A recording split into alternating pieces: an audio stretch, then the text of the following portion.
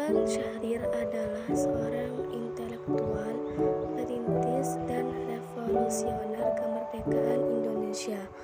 Sultan Syahrir dilahirkan di Padang Panjang, Sumatera Barat pada tanggal 5 Maret 1909. Ia adalah anak dari Muhammad Rasad yang merupakan jaksa penuntut umum pertama yang menjadi penasihat Sultan Delhi.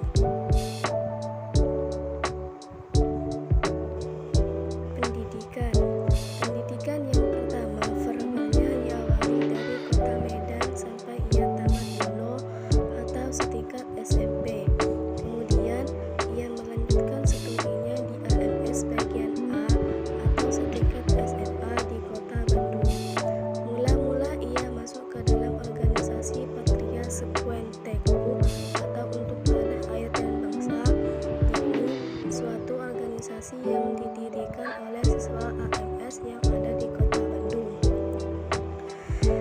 Yang kedua, pada tahun 1929 di usianya yang ke-20, Sultan Syahrir berangkat ke negeri Belanda guna melanjutkan studinya pada Fakultas Hukum Universitas Leiden. Untuk biaya kuliahnya, ini yang rela bekerja pada sebuah serikat pekerja metal dan Federasi Internasional Pekerja Transportasi.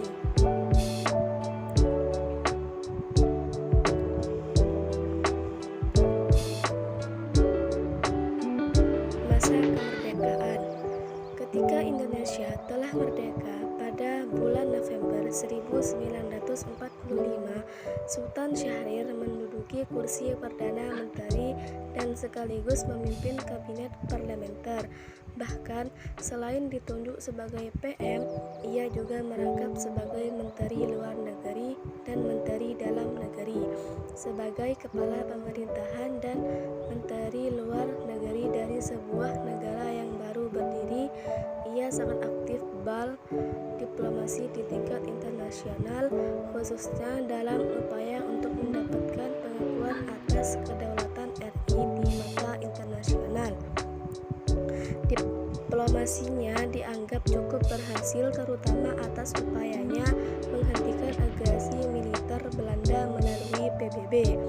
Yang kedua, sebagai tokoh politik di negara demokrasi baru, ia juga berupaya mendirikan partai politik baru.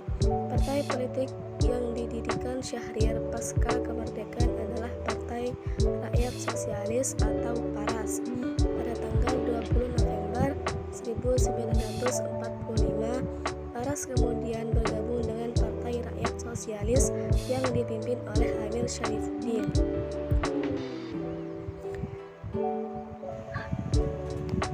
Wafatnya Sultan Syahrir.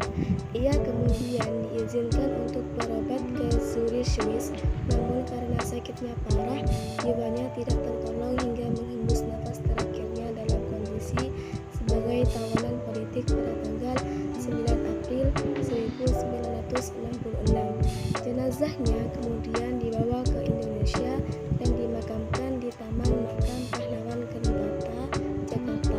Itulah sekelumit perjalanan hidup seorang nasionalis sejati yang bernama Sultan Syahrir yang berjuang tanpa